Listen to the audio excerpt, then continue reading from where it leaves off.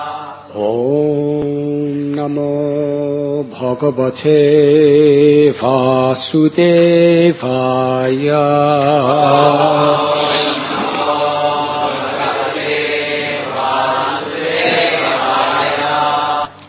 Thai Spristavya Sava Sarve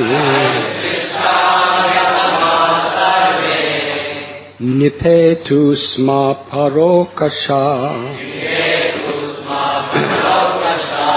Tan Aniya Mahayogi Maya Kupara Sekshipat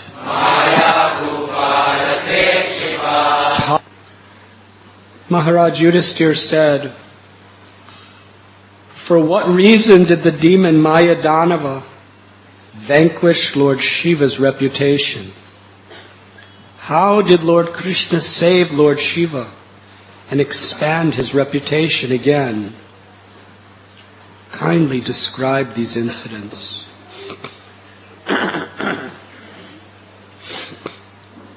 Narada Muni said, when the demigods, who are always powerful by the mercy of Lord Krishna, fought with the asuras were defeated, and therefore they took shelter of Maya Danava, the greatest of the demons.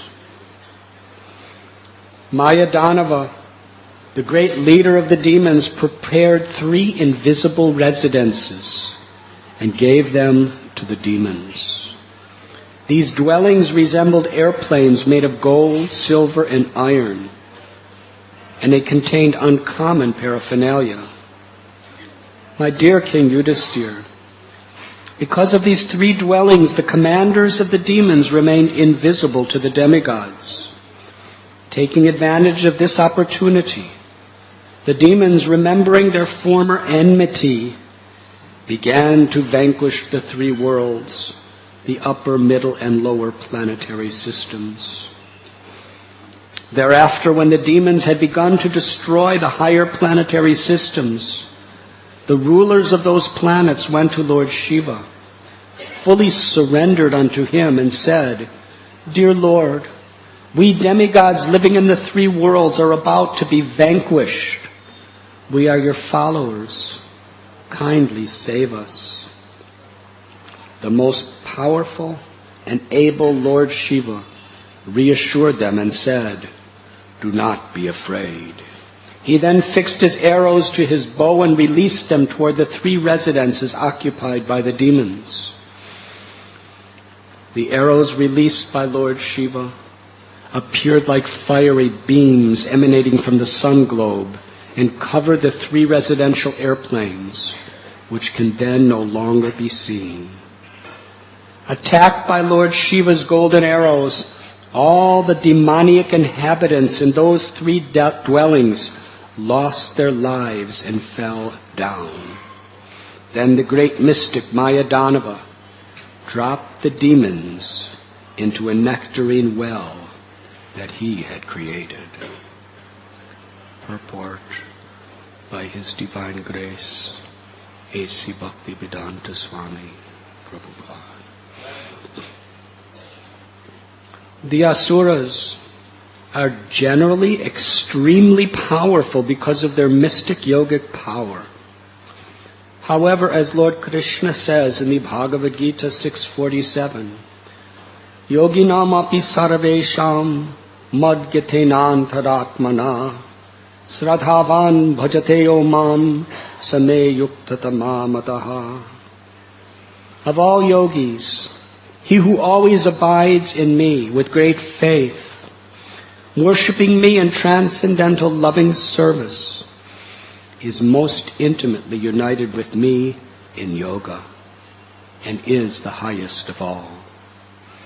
The actual purpose of mystic yoga is to concentrate one's attention fully on the personality of Godhead, Krishna, and always think of him, Madgatenantaratmana. To attain such perfection, one must undergo a certain process, hatha yoga, And through this yoga system, the practitioner achieves some uncommon mystic power. The asuras, however, instead of becoming devotees of Krishna, utilize this mystic power for their personal sense gratification. Mayadanava, for example, is mentioned here as Mahayogi, a great mystic. But his business was to help the asuras. Nowadays, we are actually seeing that there are some yogis who cater to the senses of materialists, and there are impostors who advertise themselves as God. Mayadanava was such a person, a god among the demons, and he could perform some wonderful feats, one of which is described here. He made a well filled with nectar and dipped the asuras into that nectarine well. This nectar was known as Mrita Sanjivayatari, for it could bring a dead body to life. Mrita Sanjivayatari is also an Ayurvedic preparation. It is a kind of liquor that invigorates even a person on the verge of death. Attacked by Lord Shiva's golden arrows, all the demoniac inhabitants of those three dwellings lost their lives and fell down. Then the great mystic Mayadanava dropped the demons into a nectarine well that he had created.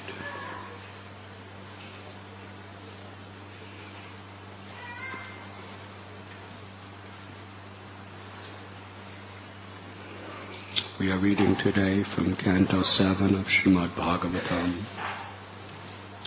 Chapter 10, entitled Prahlad, the best among exalted devotees.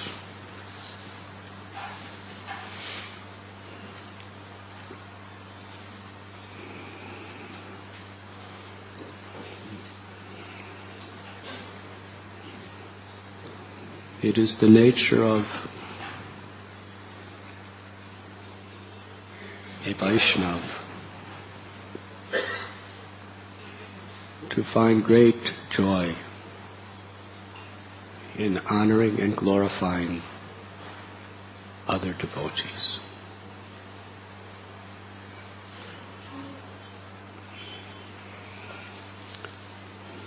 Yudhisthira Maharaj just asked a simple question to Narada Muni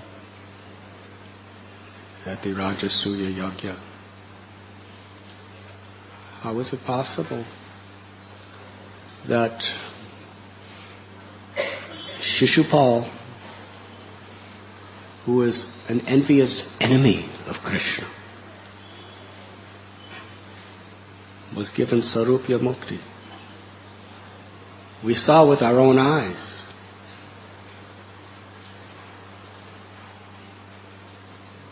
Bhima wanted to kill him. Arjuna wanted to kill him. Everyone wanted to kill him amongst the Vaishnavas. He was so blasphemous. But then Krishna took the service on himself, severed his head with his Sudarshan chakra. Someone so demoniac, so blasphemous, certainly deserved hellish existence. Millions of births with leprosy or something like that. But instead we saw that his spiritual essence, his Atma, entered into the body of Krishna. That means he was liberated. He attained the Lord's abode. How is this possible?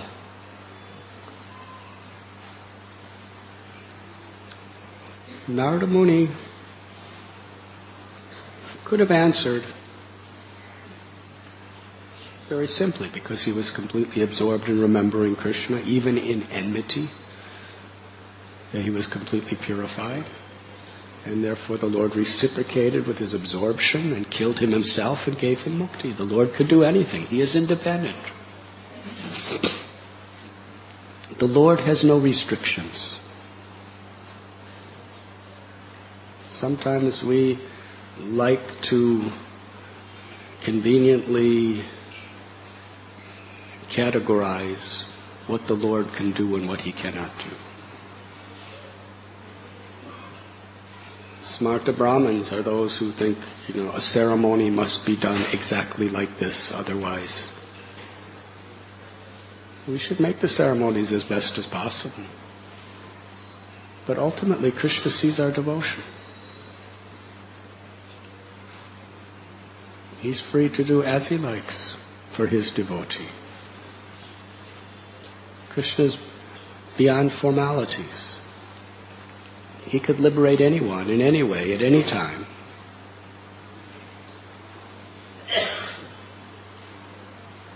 It's not determined by material considerations. By material considerations, Shishupal should have really gone to hell.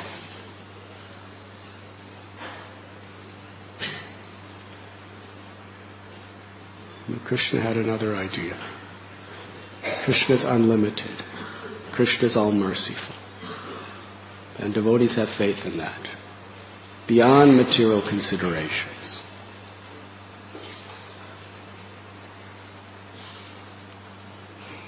But Narada Muni took this opportunity to tell the whole story of Prahlad Maharaj. Because a devotee loves to praise other devotees. Loves to absorb himself in the greatness of other devotees. Although Narada Muni was Prahlad's guru, he's actually speaking of Prahlad as even being greater than himself. Yes. When Hiranyakashipu was vanquished by Lord Narasimhadev, all the devatas were there. Narada Muni was also there. It was an amazing satsang. People from all over the universe came to have darshan of Lord Narasimhadev, and especially to celebrate the demise of Hiranyakashipu. Nobody approached Lord Narasimhadev. At the beginning, they were all afraid. Even Narada Muni didn't approach him. It was little Prahlad, who had such a pure and innocent heart and such absolute love and faith that even though Lord Narasimhadev was appearing in the most ferocious feature that has ever been seen in all material or spiritual worlds, he was really ferocious. In Vaikuntha, Lord Narasimhadev is there, but he's very nice with his devotees. But here, he was growling. His eyes were red with anger. Brahma, Shiva, Lakshmi, no one could approach him. Narada Muni, it doesn't talk specifically, but he didn't go. It was little Prahlad. So even though a guru, he's not speaking of his own greatness, he's speaking of Prahlad's greatness.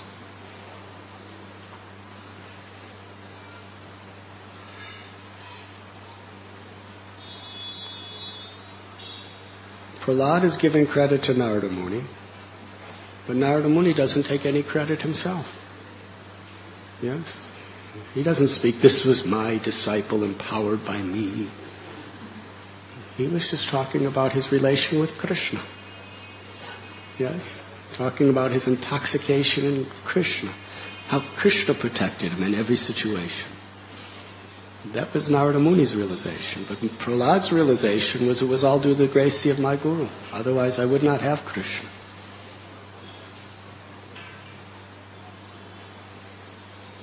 And then Yudhisthira Maharaj, he's feeling so much ecstasy hearing the glories of Prahlad Maharaj that he's feeling himself insignificant. Mahajano yena gata sapanta. Great people follow in the footsteps of great souls. That's what makes us great. When we follow in the footsteps of the great, we become great. But if we try to become great in the eyes of God or the self-realized souls, we're just ordinary nothing people. That's all. Anyone can try to be great. Everyone is trying to be great. Even the insects are trying to be great. Even the lizards are trying to be great. And everyone in this world is trying to be great in their own little realm of reality. But a great soul is one who doesn't try to be great. Mahajano yena gata sapanta. The one who tries with all earnestness to follow in the footsteps of the great. To be the dust of the feet of the great.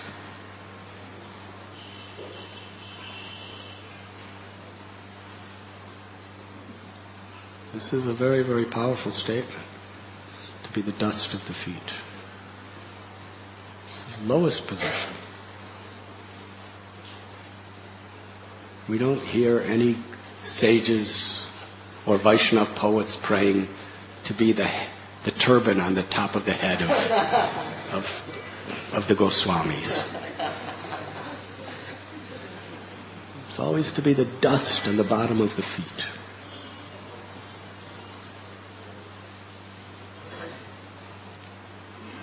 Very humble position.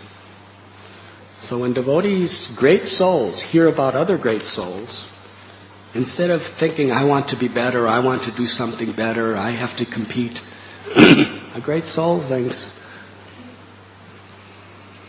a great soul prays, let me be the dust of the feet of this devotee. So Yudhisthira Maharaj, hearing the glories of Prahlad, he wanted to be the dust of his feet. Even though he was a king. He was thinking, I have no devotion compared to this. And following in his footsteps, how could I even attempt to follow in the footsteps of such a devotee?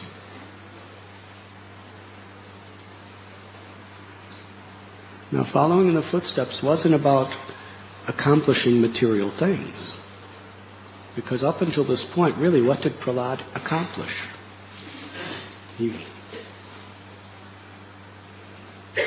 The end of the story, he was just coronated, so he didn't do anything for the state as of yet.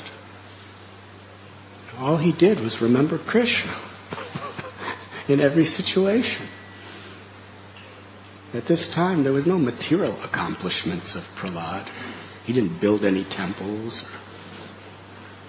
He didn't have millions of disciples. He was just thinking of Krishna with a pure heart. And here's Maharaj Yudhisthira, a great king, who has accomplished so much. But do I have that bhakti that Prahlad has?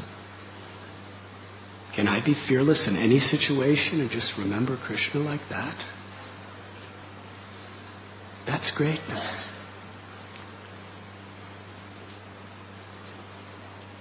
So Narada Muni wants to console Maharaj Yudhisthira and also reveal to the world to clarify the situation. This is the way devotees are. The great like to see the great in others. The great like to see the smallness in themselves. The small likes to see the smallness in others and the great in themselves.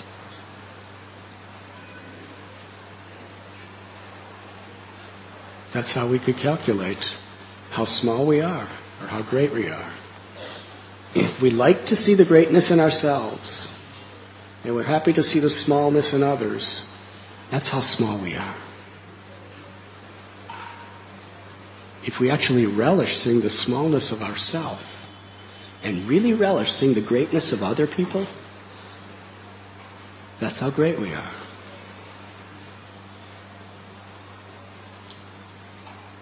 Pleasing Krishna is not a popularity contest. Krishna sees from within. So Maharaj Yudhisthira, when he hears about another great devotee, not with envy, but with complete, he's celebrating the glories of Prahlad. He's celebrating. He's happy as anything. But he's thinking, what can I do for Krishna? After hearing this, what can I do for Krishna? And Narada Muni is clarifying. You're Krishna's friend. Krishna's living with you. Narasimha Dev is an avatar. But Krishna is avatari. He's the source of all avatars. He's the original Supreme Personality of Godhead, whom all others are manifestations. And Krishna, he lives in your house from time to time. He's your dear friend. From Dwarka, Krishna, besides his palaces in Dwarka, his own house, the palace he was in most was Yudhisthira's. Yes? He was visiting Yudhisthira, living with him, eating with him, consulting him, joking with him. In fact, Krishna later on was acting as Yudhisthira's messenger, carrying out Yudhisthira Maharaj's orders. Now we may say it's because Yudhisthira Maharaj was an elder cousin of Krishna. To Arjuna, they were just friends because they were about equal age. Because Vasudev's sister was Kunti, so therefore all of Kunti's children were Krishna's cousin brothers. So we could say because of etiquette, Krishna would bow down to Yudhisthira Maharaj because Yudhisthira Maharaj was older. Yes, it was because of etiquette, but it was beyond that. It was because of love. Krishna was not only bowing down to Yudhisthira because of his senior position to set a good example, he was bowing down to Yudhisthira's devotion. How do we know?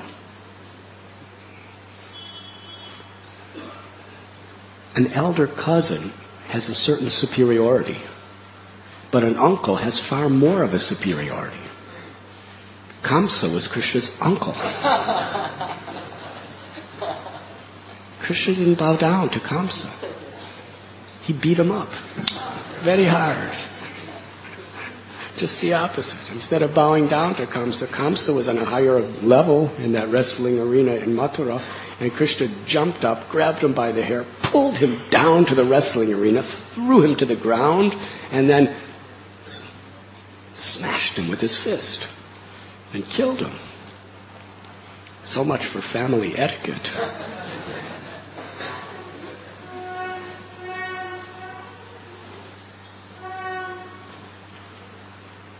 So Maharaj Yudhisthira's position is so exalted, but he's not seeing himself as exalted.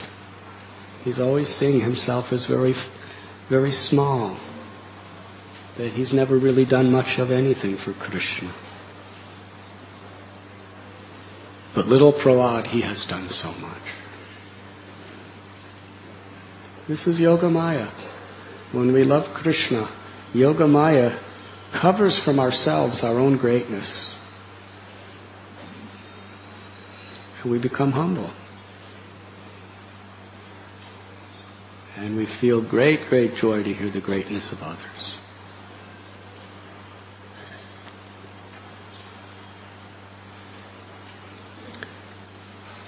And after Narada Muni is praising the good fortune of Yudhisthira Maharaj and the Pandavas, praising them as being so fortunate, such an intimate family member and friend and lover of Krishna. And then Sri Narada Muni begins to describe the glories of Krishna in the sense that even the demigods,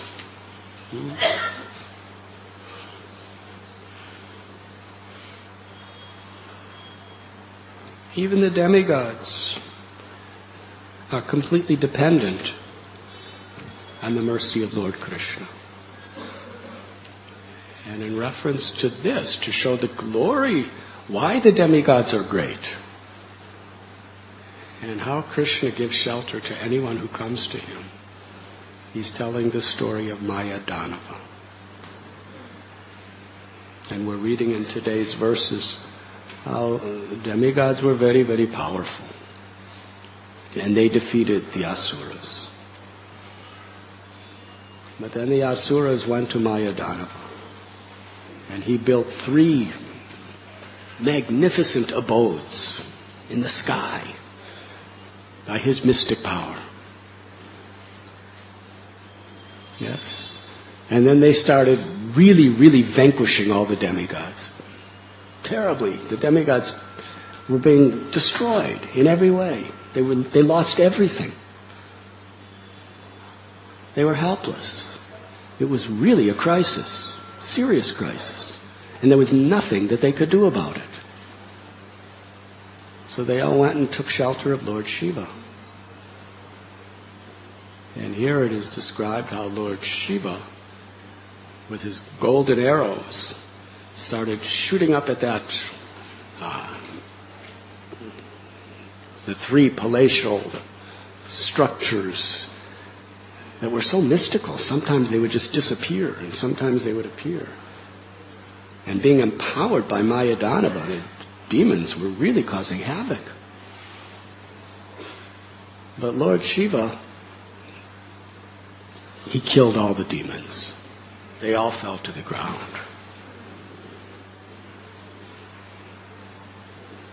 And Maya Danava, he created this big well of nectar and dipped all the dead demons' bodies in this well of nectar.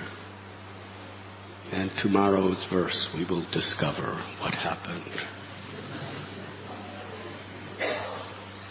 But what we could learn from today's purport and verse is this material world. There's miseries for everybody. You can't change that. All you could do is transcend it or suffer. Abrahma bhuvana loka punar avartanorjuna mamu petitu konteya punar janmana vidyate. Krishna is the creator of the creator. And he has certified what this world really is. It's a place of misery. From the highest planet down to the lowest. They're all temporary. We understand the laws of karma. How for every action there's an equal corresponding reaction. But however good your karma is, the material world is a place of suffering. Because the demigods have really good karma. You don't get to be a ruler of a heavenly planet unless you have unbelievably good karma. Yes? But even they, we see what's happening to them. They're being defeated. They're scared as anything. They're suffering. They're miserable. They're really miserable. Today the economic situation, the stock market is not doing good, businesses are not doing good, economic crashes, people are losing a lot of money, sometimes billions, millions, or their life saving of a few rupees. Whatever it may be, a lot of problems. But the demigods, every one of them is far more than any billionaire of this world. The billionaires of this world are like little insects compared to the elephant-like strength and wealth of the demigods. And here we find, all of a sudden, faster than a stock market crash, all of a sudden, within minutes, the demons just attack by surprise and they lose everything. Nothing left. And they're about to die. They lost everything. They're about to lose their lives.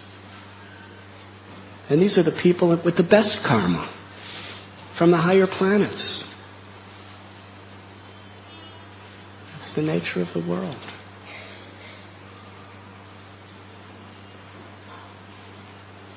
Dukkhalayam ashashvatam. It's a place of suffering. You know, Hiranyakashipu, when he was attacking Brahmins, they were very pious Brahmins. It was in Satyayuga. Still, what kind of suffering he created?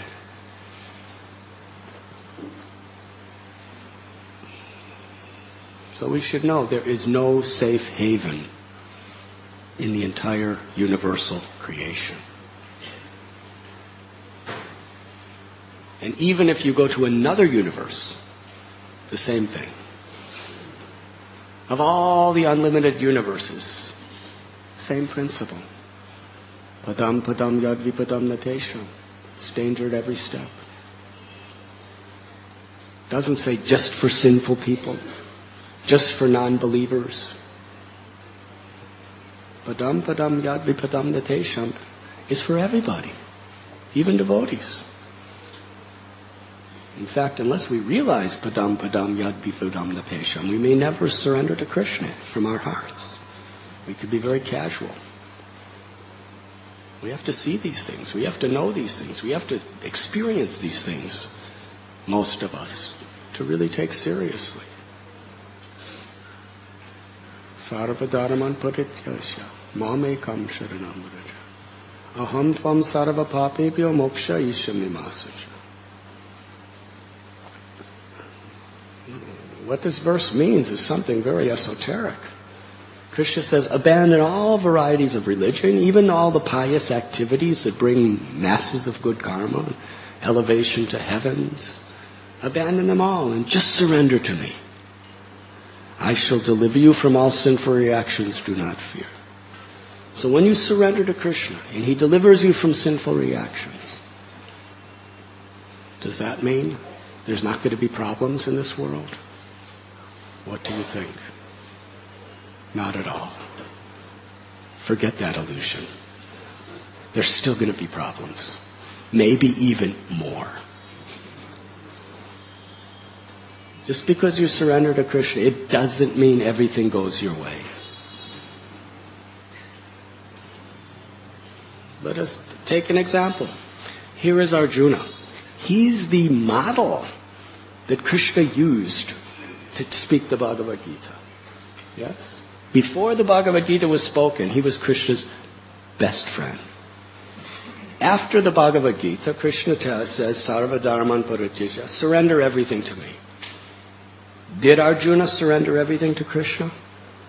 Yes, completely, totally. He surrendered everything to Krishna. He was a completely surrendered soul. He speaks it within his own words. The end of the Gita, he says, I have understood everything, I surrender to you. Yes?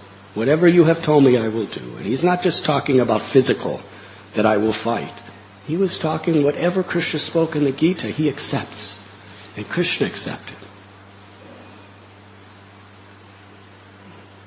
So does that mean it's just clean sailing through the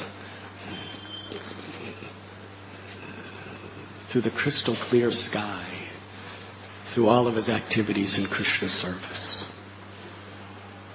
No, he had to fight a war. And so many people died in that war. His own son, Abhimanyu, was killed.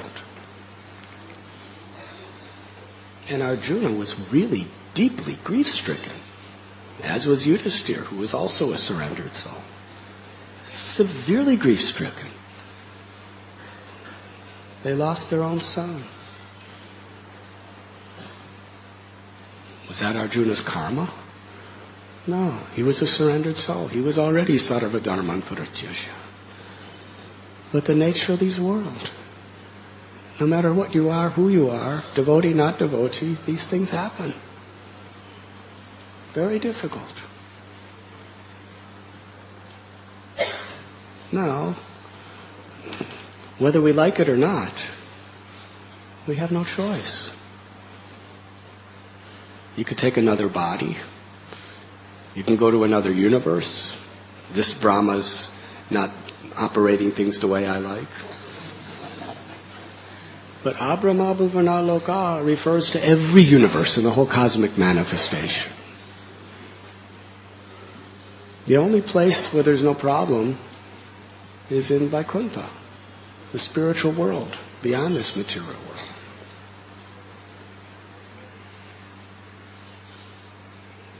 So Arjuna was grief-stricken when Abhimanyu was killed. Naturally, it's his son. Very difficult. He loved his son. And Subhadra, she was grief-stricken. And she's the Yogamaya potency of the Lord. She's covering over everybody else. It's natural. It's the nature of love and separation. Arjuna understood that Abhimanyu is not the body. That was the beginning of the Gita. Arjuna fully realized he's not the body, he's the eternal soul, the soul, nahanyate hanyamane sarire. Krishna says the soul cannot be cut into pieces by any weapons. But Abhimanyu's body was cut to pieces by weapons. So he was self-realized. He was grief-stricken because he lost his association. It's very difficult. It's love between devotees. It is a grief-striking situation when we lose the association of another devotee. Even though Arjuna understood that Abhimanyu was going back to Godhead, he was a devotee of Krishna. He was fighting for Krishna's cause. Krishna was on the battlefield. Everyone that died in Kurukshetra was getting liberated. Even the demons, what to speak of people who were fighting for Krishna with pure hearts. In fact, when the battle was over, besides the Pandavas and a couple others, nobody else was alive. That means all the great generals, Drishtajumna was the general of their army. They loved him. He was serving them. But even he finished. The material world is like that. So Arjuna was weeping. Why? Because he lost the association of a wonderful devotee who was his own son. And all the Pandavas were weeping because of that. So how does that make them different than an ordinary materialistic person weeping when they lose their son? The tears may look the same. So why be a devotee? What's the difference? The difference is Arjuna and the Pandavas, their love and their devotion to Krishna was perfectly intact through it all. They found total shelter of Krishna even in those situations. It's not that there wasn't grief, but they found shelter in Krishna even in that grief. And in that shelter is the greatest experience. And they never gave up their devotional service. They went right back to fight for Krishna. So these are some examples. How whoever you are, whatever you are, the material world is what it is. It's a place of suffering. It's a place where everything's temporary. And it's not that this is the only time the demons had this problem. In the story of Vritrasura, all the other, demigods. It wasn't the only time the demigods had this problem.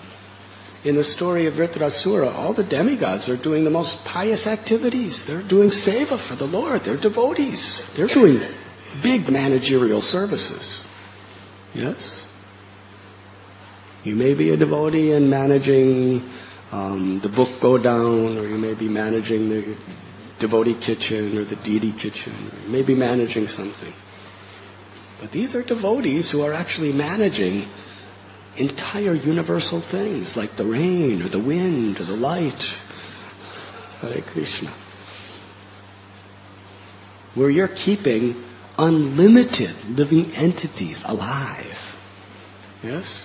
Surya is keeping everyone in the universe alive. If he goes to sleep, even for 2 minutes, and stops shining, everybody's dead. Yes?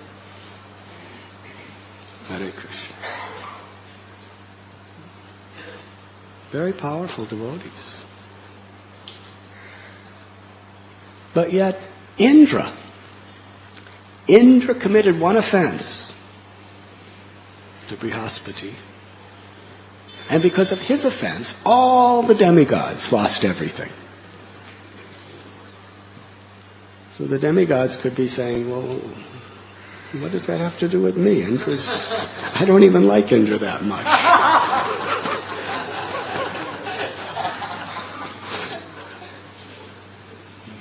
Doesn't matter.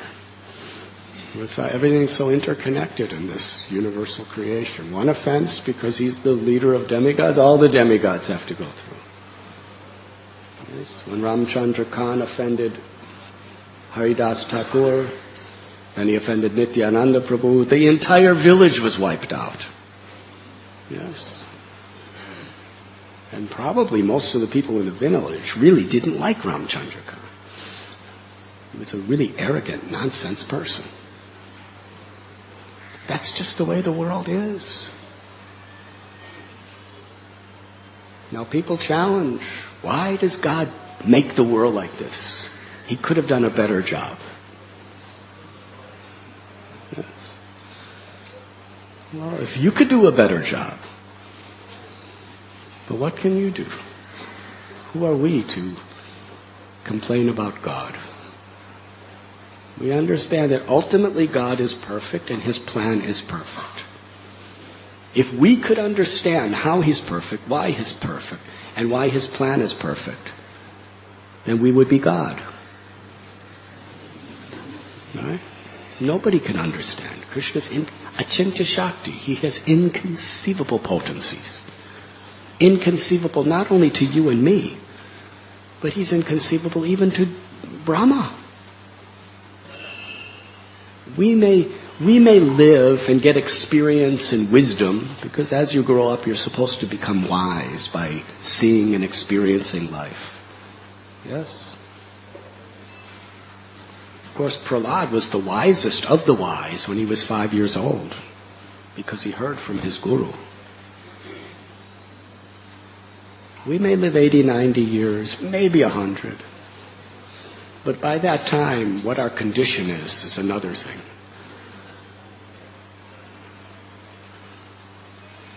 In England, the Queen gives a gift personally to anyone who goes over 100 years old. But how much they can appreciate that gift at that age,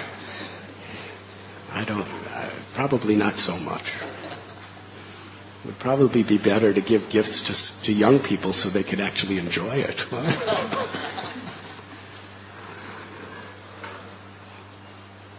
But Brahma lives 311 trillion years.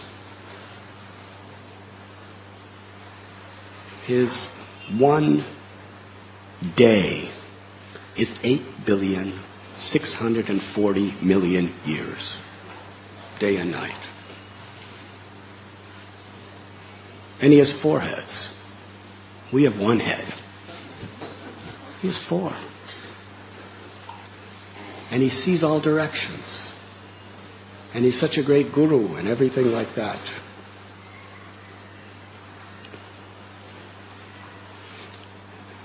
during Brahma Vimohan Lila, when he tested Krishna, he was totally bewildered by Krishna. Yes? When Krishna manifested himself as every calf and every cowherd boy, Brahma was looking, thinking, what's happening? How is this possible? I took all these cowherd boys and these calves and I put them in a cave and I put them in sleep with my mystic powers, and they're all here and they're all playing. How is it? Are they the same ones, or are they different ones, or is Krishna doing something? What's happening? He went back and looked, and they were all still sleeping, and he went back, and there they were, and all of a sudden they all turned into Vishnus. Every calf turned into Vishnu. And around every calf Vishnu were all the demigods and great sages and universes all worshipping him. And then everything disappeared, and all there was Krishna, little boy holding some yogurt and fruit in his hand, looking for the children. Brahma was bewildered. He realized, I cannot understand Krishna. Krishna is absolutely, infinitely inconceivable to me.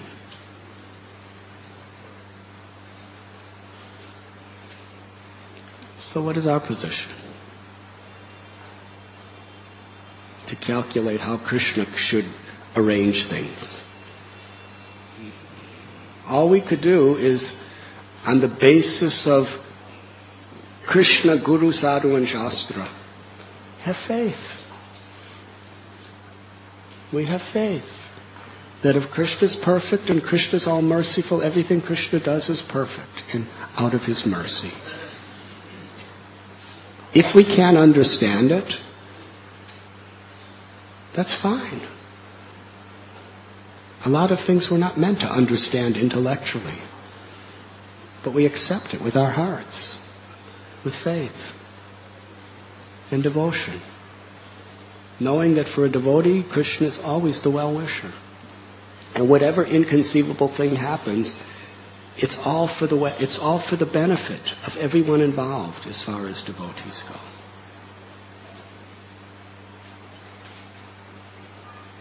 If the demigods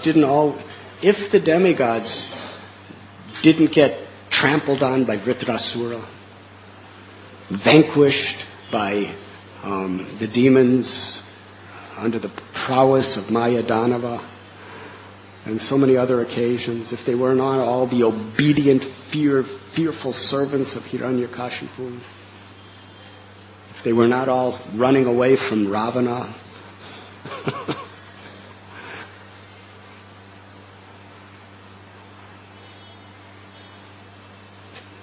then Ram and Narasimha, and even Krishna, they have never come to this world. And not only that, but the demigods, even though they're all devotees, and they all have magnificent karma, still, if these things didn't happen to them on a regular basis, they would become complacent. They would start thinking, I'm the doer. Nityananda Prabhu explained so nicely in his comprehensive scholarly class about how we're not the doer.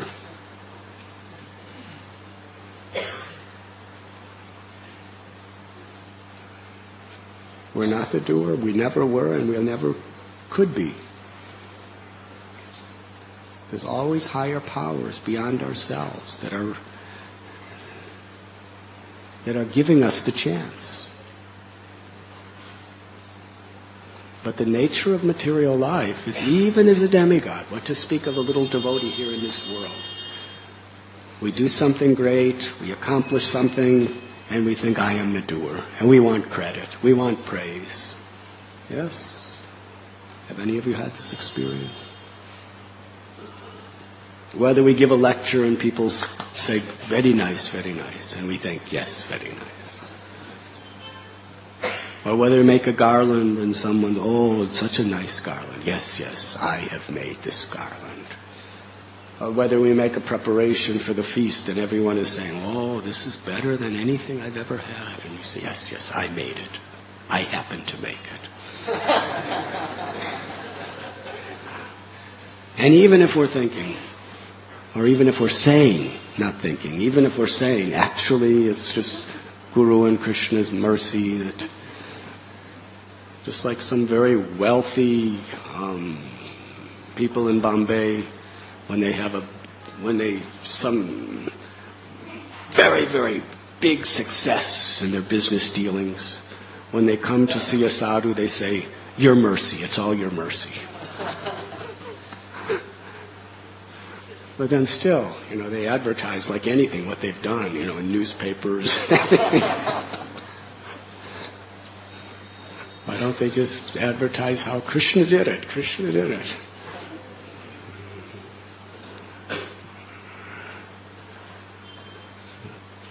So that is, we want to take credit. What to speak of the demigods? You may get some people touching your lotus feet every now and then, and you say, oh, no, please don't do this. But the demigods, the Rig Veda, the Yajurveda, they're, since time immemorial, people are, great Brahmins are doing yajnas, even in Satya Yuga, chanting the praises of the demigods. That's very serious. And they're devotees. And they're very powerful. They're not ordinary. But still they have the tendency of thinking, I'm the doer.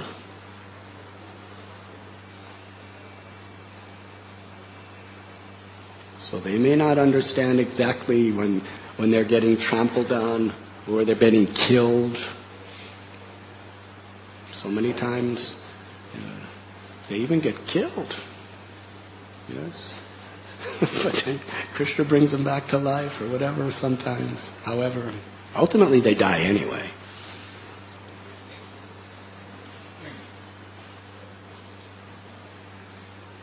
But Krishna, everything Krishna does is perfect.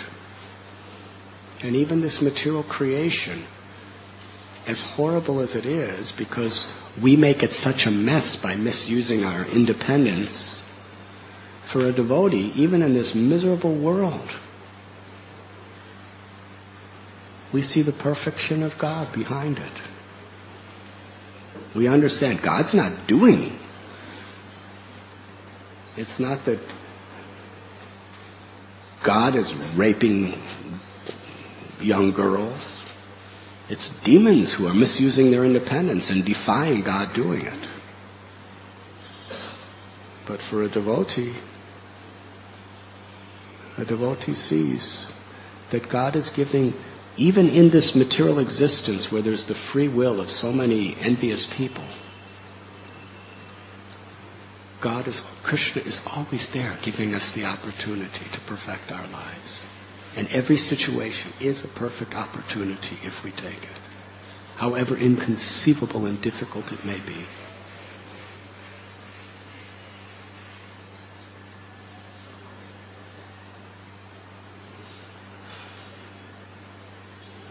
Inconceivable how devotees are too. Great souls. All the demigods, they are rejoicing, they are celebrating the death of Hiranyakashipu. Yes. The demons were crying. The demigods were celebrating. This was really a festival. This horrible demon has died. But Prahlad, he lost his father. He was happy to see his father getting liberated by the Lord, but he was his father. He asked the Lord for that benediction. Please give my father liberation. Special relationship. Prahlad was willing to remain. Let me stay in this world as long as one fool or rascal is not surrendering to you. He was willing to stay here and endure any difficulties to help others become Krishna conscious. But still, for his father, he asked for a very, very special benediction.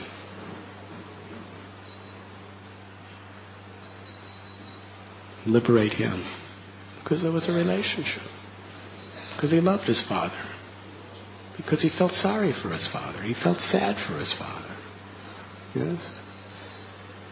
So all the emotions are there in a devotee. Relationships are there in a devotee. And a devotee is not choosy about what mercy we accept or not accept. A devotee, we try our best. Look at Srila Prabhupada. He was totally surrendered. Sarva dharman parityaja. He was absolutely surrendered to Krishna, to the order of his guru. And yet heart attack, sanjaladuta. And a short time later he had a stroke. And he had so many physical problems. Sometimes his servants had to just massage his legs for long times, several times a day, just so he could walk. At times. Then there were setbacks. Mr. Nair at Juhu, years he was fighting against this man. He was cheating Prabhupada.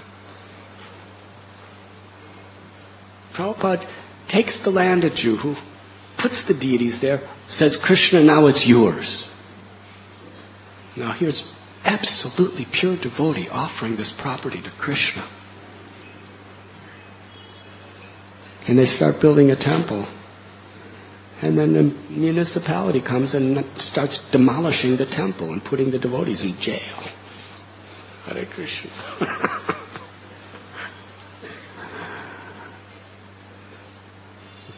So Krishna was there.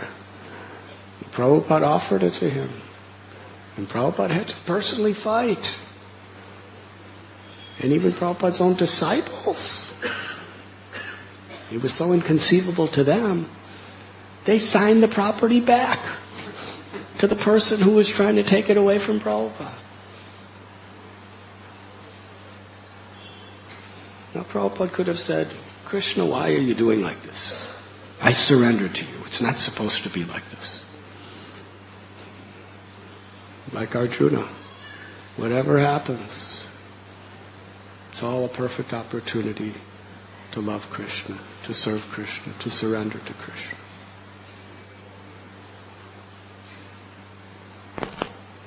No, Prabhupada could have said, it's Krishna's arrangement, so let it be. Prabhupada said, it's Krishna's arrangement that we fight.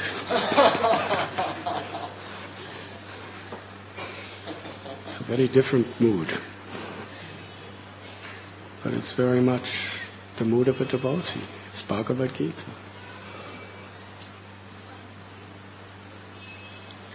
So what we're going to read, here Lord Shiva, Mahadev, the greatest of all the demigods, who's an expansion of Krishna himself.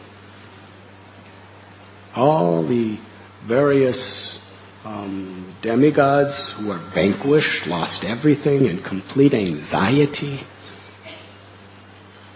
they all come to Lord Shiva and surrender to him.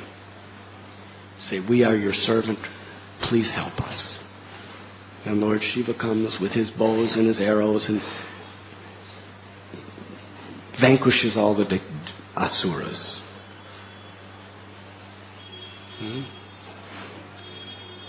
So what we're going to read and discuss in tomorrow's class is how even Lord Shiva, he doesn't get his way either.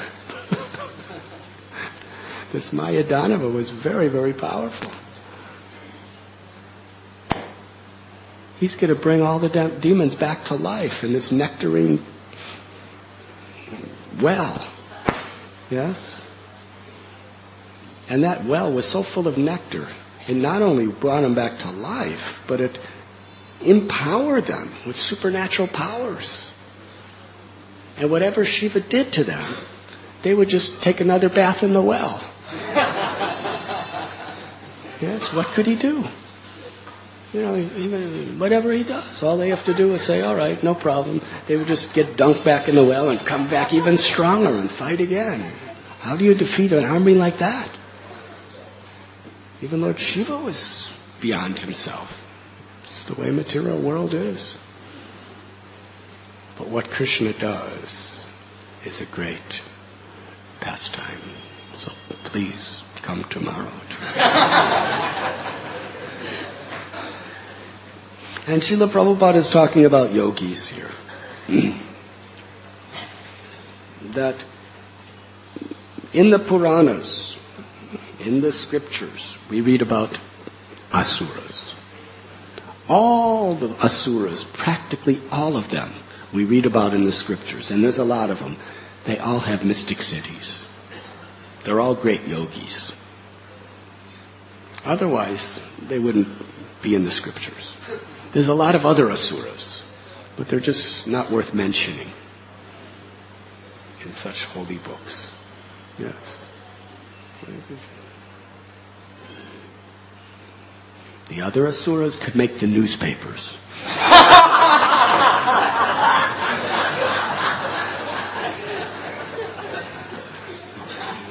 They could even make it on television. But they'll never make it in the Puranas. Because they're just too insignificant. You have to have really mystic, as Prabhupada said, Herculean powers to make it in the Puranas. So they're very, very powerful yogis, and there's millions of them. They've done Hatha Yoga, they've done Pranayam, they've done all the Hiranyakashipu. He was doing, what is it, Tadasana? Yes, it's called Tadasana, where you stand up like this. Is that what it's called? Yogis. He did Tadasana, and he did a pranayam that we can't even imagine. He wasn't even breathing. He was kumbhak, yes? Is that it? Kumbhak? He did a really long kumbhak for thousands of years. He just retained his breath. He was a master yogi. And such a tapasya in his yoga. We do Tadasana, and if a mosquito bites us, we usually do something else, But he had ants eating his body away, and he just stood like this.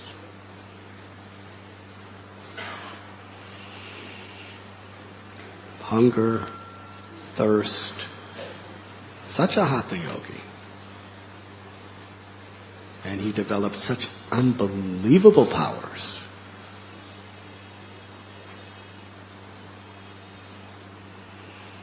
So mystic powers do not make a person great. Character makes a person great. Humility, forgiveness, compassion, devotion, these things make a person great. No, Narada Muni also has all mystic powers. He uses them in a very humble state of mind, he uses them to spread the glories of the Lord. In Brihad Bhagavatamrita we read it. Every devotee Narada Muni would see, he'd think, he's better than me. I want to learn from him. Yes? He just saw some Brahmins chanting, and they are better than me. He saw a king doing a yajna. He's better than me. He's the best devotee. I want to learn from him. I want to serve him. Here's the guru of Dhruva and Prahlad and so many others who can just go to see Vaikuntha anytime he wants. But still he's thinking all devotees are better than me. He wants to serve everyone. Such a powerful person. He has all mystic cities. He can fly. And when he flies, it's so effortless. You don't even see him. Narada Muni could be flying right in this room right now. You don't even... Unless he reveals himself to me, to you, you can't, or us, we can't see him. And when Narada Muni decides to go to Vaikuntha from the earth planet, it's not like, getting on an airplane and, getting jet lag, changing time zones. Going to Vaikuntha is a lot of time zones by a material calculation. And it's not that it takes a very long time. By mantra, he can practically instantly, he can be in Vaikuntha. It's not that he's just soaring through the sky and it's so many years and years and years. Huh? No, he just goes. Doesn't take much time at all. Such a power. So there are great devotees who have mystic powers. There are great demons who have mystic powers. Krishna confirms, Yogi namapi sarvesham madgate dantaratma. Sharavan bhajate yomam same yukta tamamata. Of all yogis, he who abides in me with great faith, worshipping me in transcendental loving service, is most intimately united with me in yoga and is the highest of all. That means even if you have no mystic siddhis, if you're just a regular person, even if everything's against you and there's nothing you could do about it, even if all things in life are falling apart around you and there's just nothing you could do about it, you have no powers, you have no siddhis. If you just worship Krishna with love and transcendental faith, according to Krishna, you are the greatest of all yogis. You are greater than Hiranyakashipu in yoga. You're greater than all those mystic siddhis who are worshipped by millions as God. Even if you're just a little housewife, children don't listen to you, husband neglects you, nobody really cares, but you're cooking and offering to Krishna with devotion and trying your best to do your service. Even someone like that is greater in Krishna's eyes than the siddhas who are worshipped as God.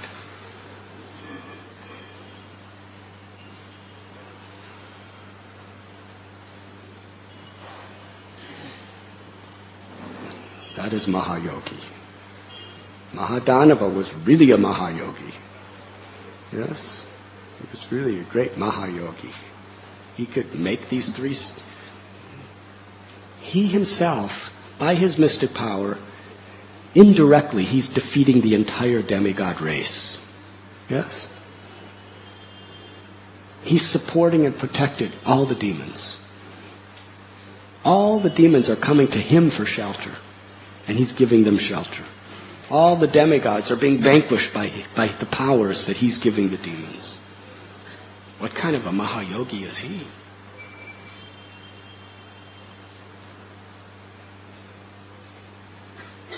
But even he surrenders to Krishna. He who is Yogeshwar,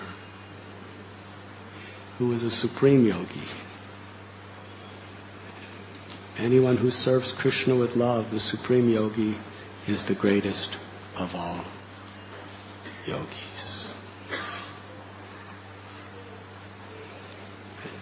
And how to access that highest power of Krishna in this age of Kali. Trinadapi sunichena, taror iba sihishnuna, amanina manadena kiratadiya sadahari. One who is humble like a blade of grass, tolerant like a tree, ready to offer all respect to others and expect none in return, that person is the ultimate supreme yogi in Krishna's eyes and is most intimately united with him. Because in that state, they could constantly chant with love his holy names.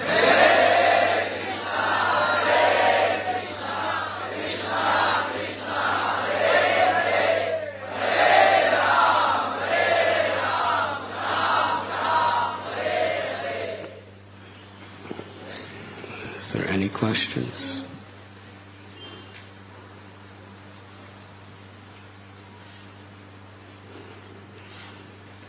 We can hear.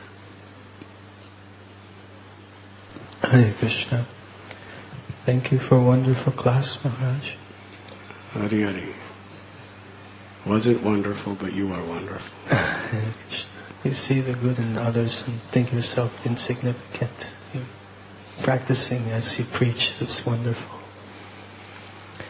Maharaj, you were speaking about Srila Prabhupada's challenges and how he sees Krishna's arrangement, for example, in the Juhu situation with Mr. N taking away the land and the deity's new temple being demolished.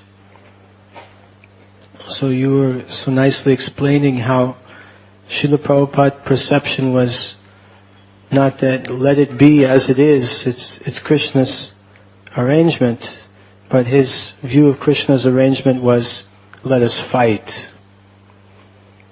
So how can we perceive what is Krishna's arrangement as, should we think, oh, this situation, oh, let it be like that, it's Krishna's arrangement, we don't want to atyahar, we don't want to over-endeavor, as opposed to let us fight. How can we perceive in our lives in different situations Krishna's arrangement? That is why Guru is important. Arjuna, as great as he was, and compared to Arjuna, who are we? Arjuna was Krishna's confidential associate. Even he didn't understand. Even he was bewildered in this way. He was basically saying, let it be. But he really didn't know. So ultimately he turned to Krishna, his guru, and Krishna said, fight. Yes? So we need higher authorities. Shiksha gurus, Diksha guru, whatever. We need devotees who can give us proper guidance. When to let it be and when to fight. Certain things are obvious. Other times we need to humble ourselves. Does that answer your question? Yes. Hari Hari. Because the tendency is to speculate. And usually speculation is on the basis of what is convenient for us. That's what Arjuna was doing. As great as he was speculating in the first chapter of Gita. But then he turned to Krishna, I don't know. Should I let it be or should I fight? Krishna said, fight. So for someone like Prabhupada, through Parampara, he's directly in touch with Krishna. Radharas Bihari was telling Prabhupada, just like they told Arjuna, fight. But we can't claim to have that connection. So we must approach someone who has that connection through Parampara. Hari. Muralidhar Prabhu.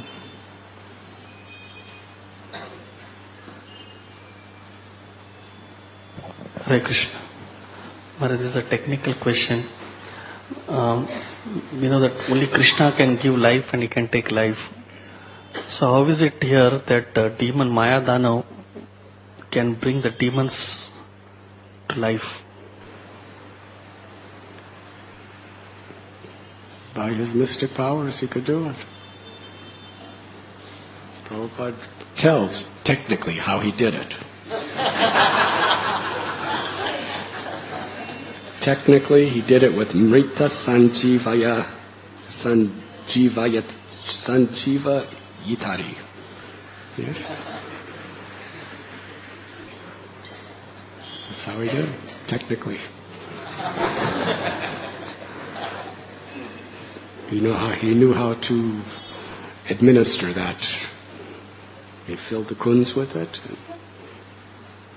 Shri Krishna Chaitanya Prabhu, would you like to give some technical explanation of how that substance works? When you read that purport, Muralidhar Prabhu asked me, can I make Mrutta Sanjeev, whatever that is? And I said, I have nothing to do with Maya Dana. I'll stay away from it. Huh? I said, I have nothing to do with Maya Dana's activities. I'll stay away from making such type of potions. In previous life, he may have been Maya Dana.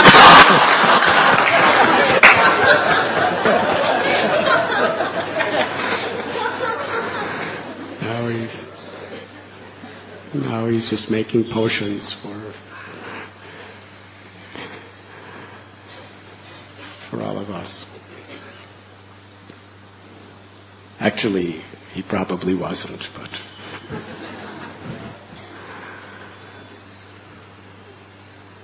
so yes, mystic powers can do those. Shukracharya also did it.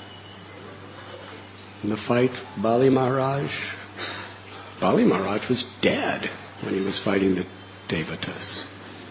And so were all the other Devatas. But Shukracharya brought them all back to life by his technical mystic powers. So that is there.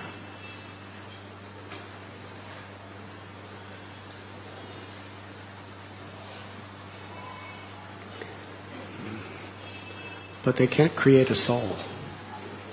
Krishna creates the soul itself. Krishna gives the soul eternal life. No one else can do that. We may be able to kill a body, and with mystic powers we may even be able to bring a body back to life. But Krishna's created life.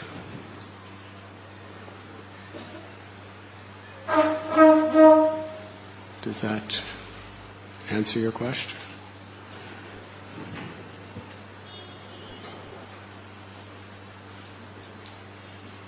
Mahaprabhu, many hands, but you are senior most. Senior most is most seniorly confused.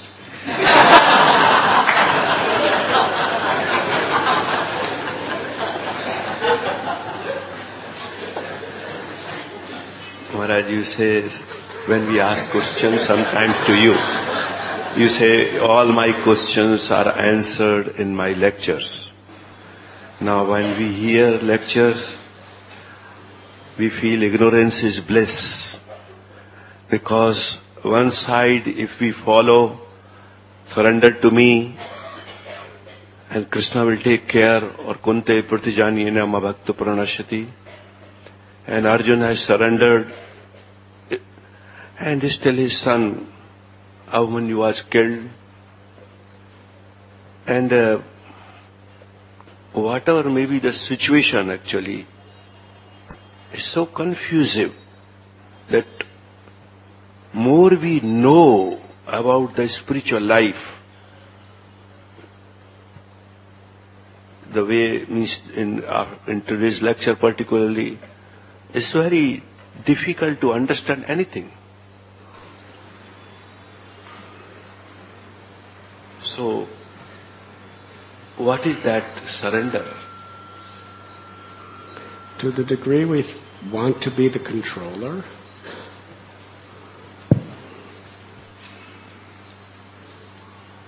these things are very incomprehensible. Because they go against the very grain of our ego.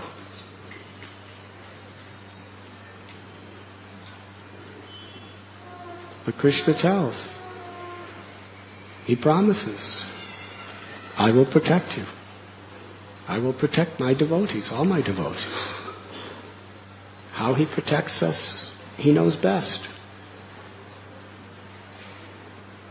Bhaktivinoda Thakur prayed, Maro birako bijo ichatoha nitya dasa pratitva adhikar.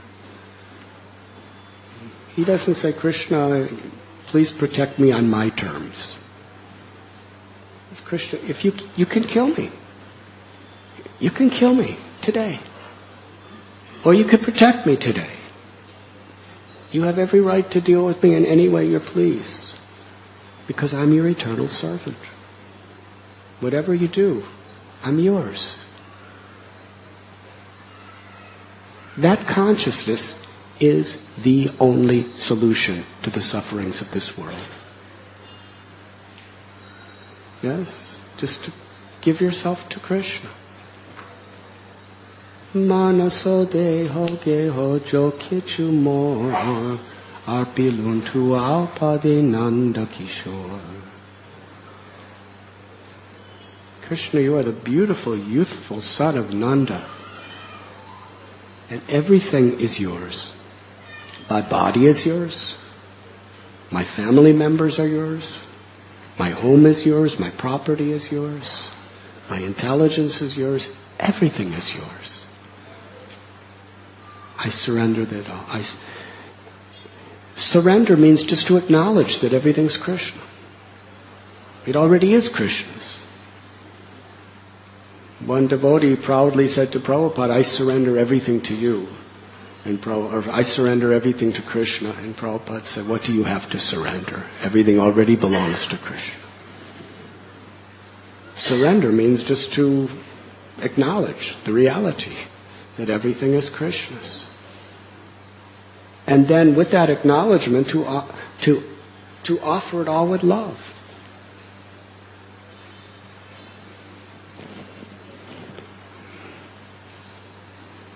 Now people who are giving something that is not of the standard of Srimad Bhagavatam,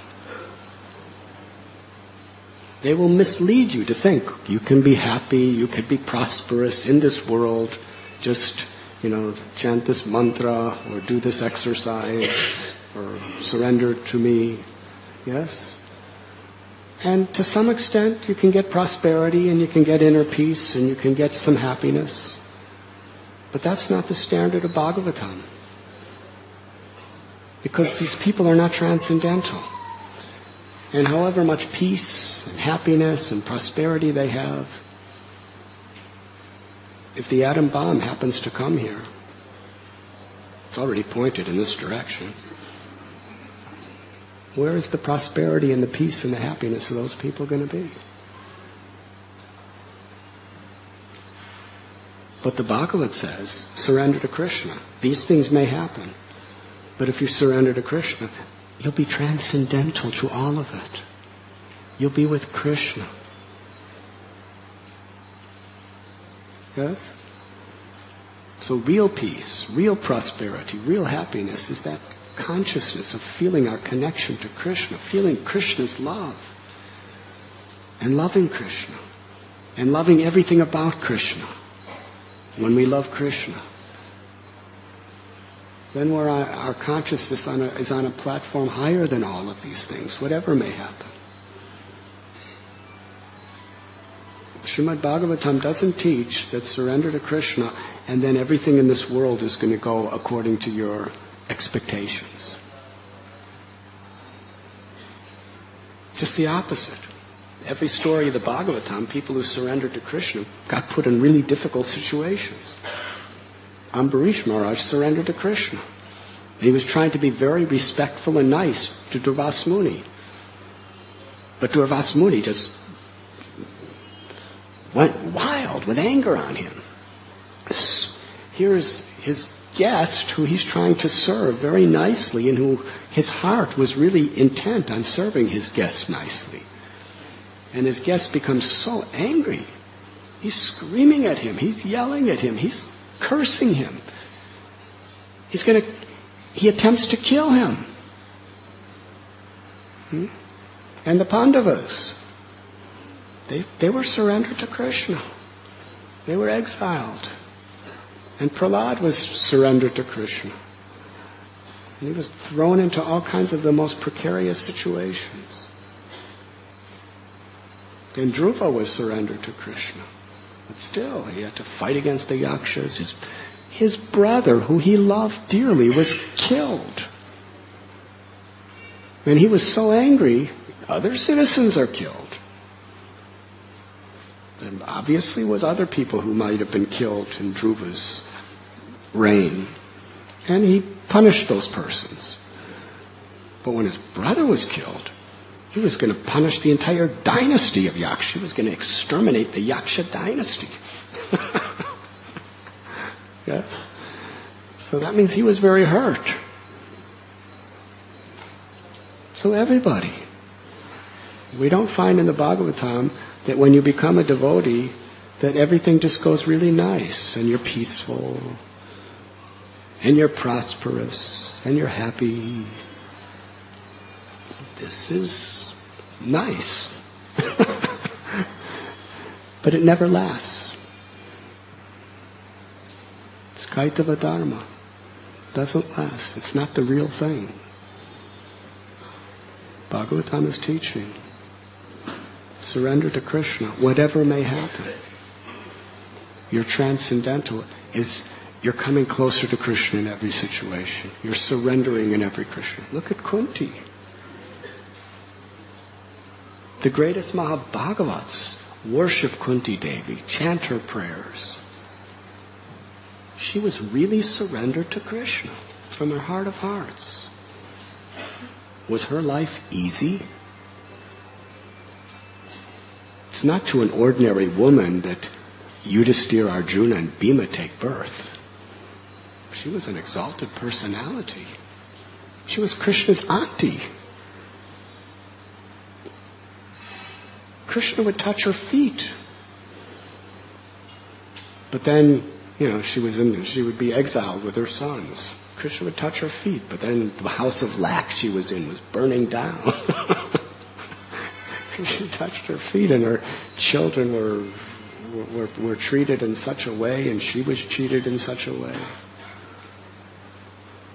She lost her husband. She was surrendered to Krishna.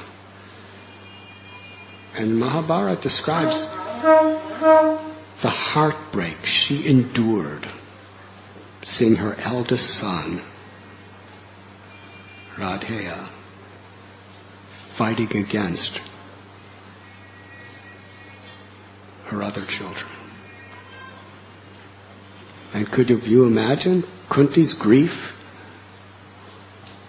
when her beloved Arjuna and her eldest, and she had a special favoritism for Karna because she neglected him. She felt really regretful that she neglected the eldest son, and he was put in such a predicament. And here was Karna, face to face, fighting with Arjuna, and one of the two were going to die. How would you like to be a mother in that predicament? All of you who are mothers, imagine that. And Karna was killed. And Kunti then had to reveal the secret she kept from her sons all these years. She had to break the news to Arjuna that, you just killed your own brother. He didn't know it. He wouldn't have done it if he knew.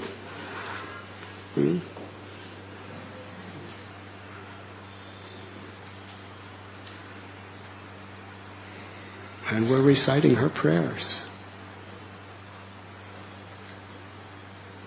So no. And it doesn't mean that if Kunti wasn't a devotee, that her life would have been nice and peaceful.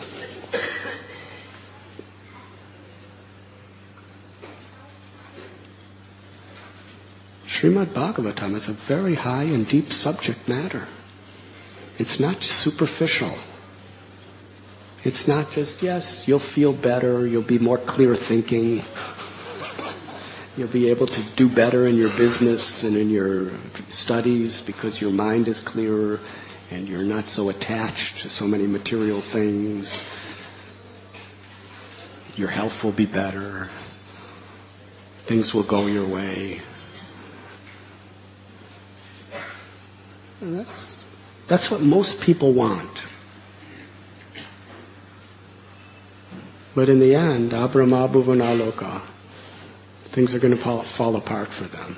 It's just a temporary facade of nice, peaceful things going on.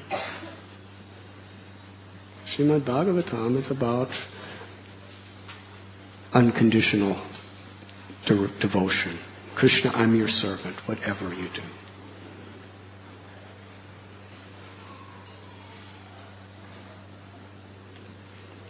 Even the gopis, the greatest devotees, when Krishna left Vrindavan, we cannot imagine what they went through. They gave their hearts, their everything. He was their only shelter. And he left. They were meeting him every night and enjoying. When Krishna left, they didn't see him again for 100 years.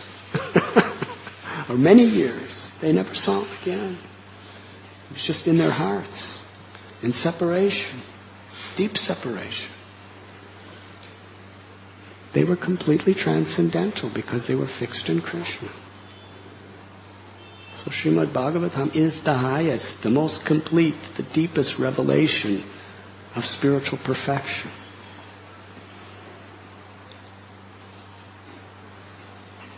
Because from Srimad Bhagavatam, if you just hold on to Krishna's lotus feet through all the inevitable ups and downs of this material world, even if you go to the higher planets, still there's the ups and downs of this material world. If we just keep hold of Krishna's lotus feet through all the good times and bad times, through all the tragedies and all the happy moments, we just keep hold of Krishna's lotus feet, we could feel Krishna's love. And we can actually experience internally what is real happiness. And if we just don't let go of those lotus feet, eventually we go back home, back to Godhead. And that's where everything is supremely always peaceful and nice. Not necessarily peaceful, but full of love.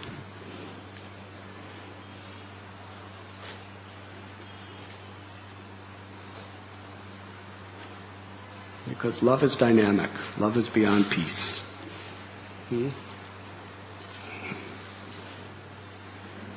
It's above peace. We just have to hold on. We shouldn't let the crises or the problems or the broken-hearted situations of this world, we shouldn't let any of them cause us to let go of Krishna's lotus feet, or the lotus feet of the devotees in the holy name. That is Srimad Bhagavatam. Does that answer your question? One little just. Maharaj, then why to create so much grasta ashram, create problem, and we know that's going to happen? Why not everybody become brahmachari, so that everybody can live and surrender fully, whatever may happen, they can tolerate it. But in grasta ashram is all problem throughout. So what is the use of this big thing?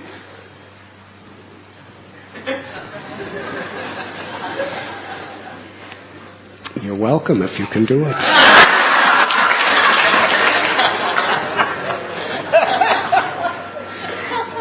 Yeah, you're welcome. We'll give you your own room and everything. But to be a brahmachari means to be an honorable brahmachari, to be able to do it. And simply most people cannot do it. So grihastha ashram, you can go back to Godhead and become perfect in something that you can do. Yes? That's why Krishna creates the 4 varnas and 4 ashrams. Because different people of different natures are able to do certain things and not do certain other things. So the problems that come in your grihastha ashram are all opportunities to purify you and to take shelter of Krishna. See it that way, and your grihastha ashram will make you perfect. But somehow or other you have a very starry-eyed, unrealistic idea of the brahmachari ashram. It's not that because you join the brahmachari ashram you're in Vaikuntha. You have to live with all the other brahmacharis.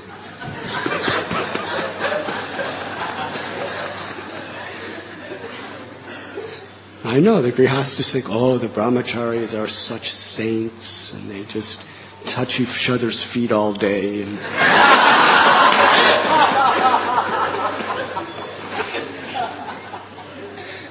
it's not. There's challenges there too. There's ego clashes. Yes, really there are. I have seen. We don't advertise it, but it's there. And there's disappointments. And sometimes there's jealousies and envies. Yes? And sometimes there's inferiority complex. This person's doing so much, what am I doing?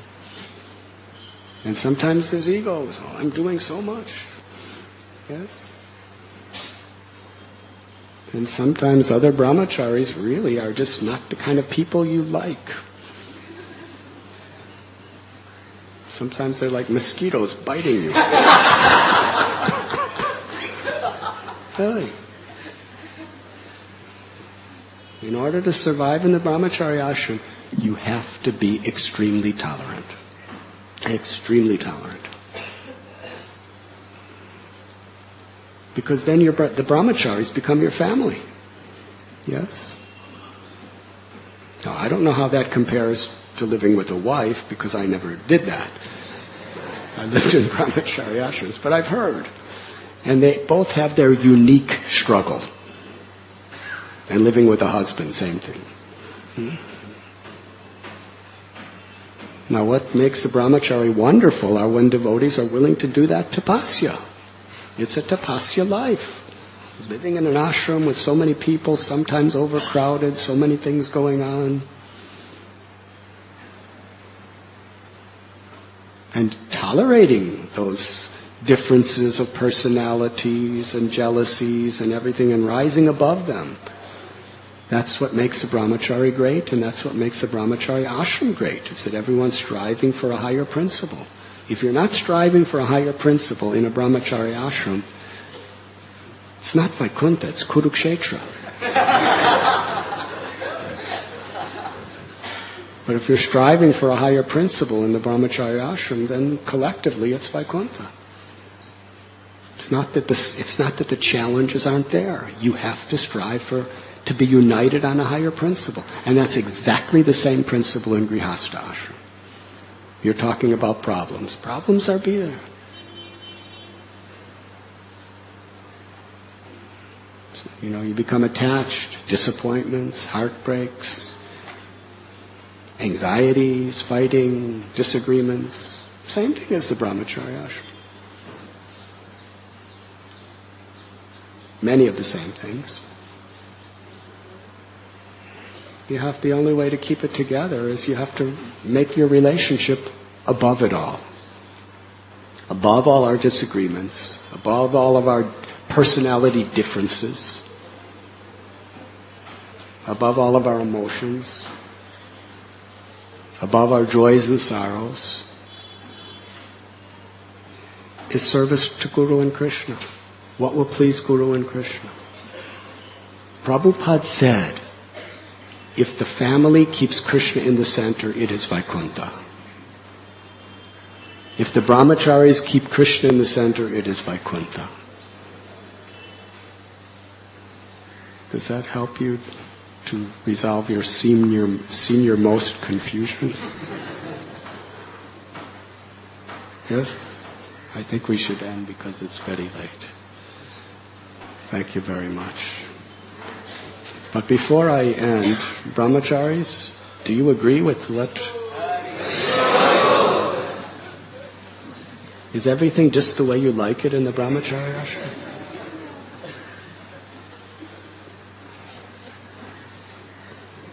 Is everything just the way you want it? Just the way we like it, we should say no. But just the way we want it, we should say yes. Because every test is an opportunity to come to that higher level. It's pushing us. The problems, the difficulties, are Krishna pushing us up.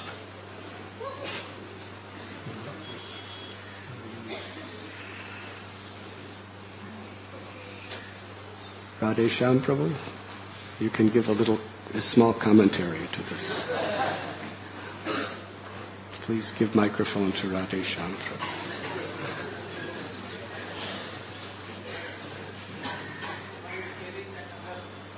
Huh?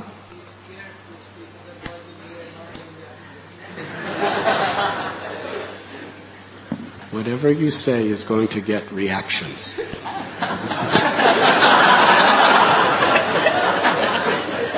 This is Krishna's arrangement to push you upward.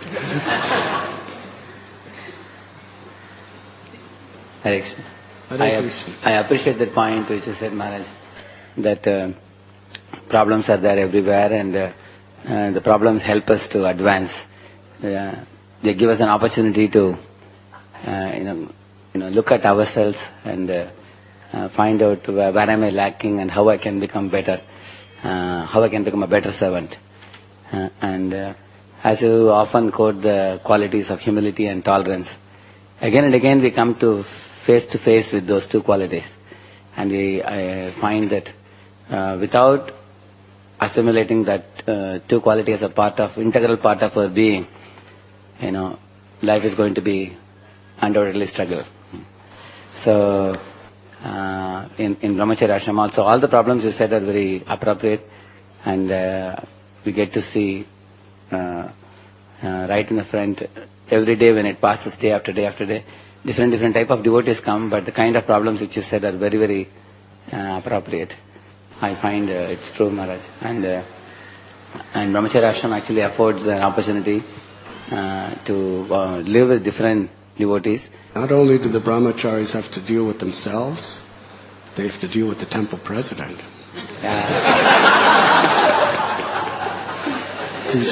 Who's not always the way you want him to be. That was one of the things I was about to say, Maharaj. So I don't face much problem, but they face problem from me. Thank you for saying that.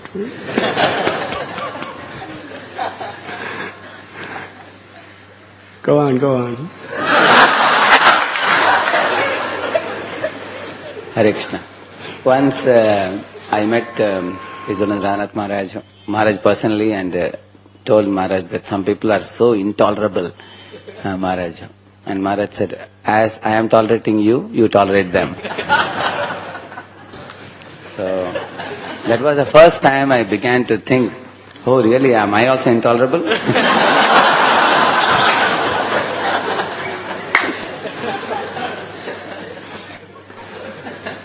Best part of the class.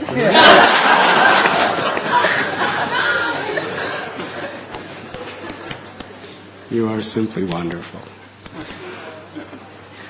Simply wonderful. Radhe Shyam Prabhu ki jai. Thank you very much. Srila Prabhupada ki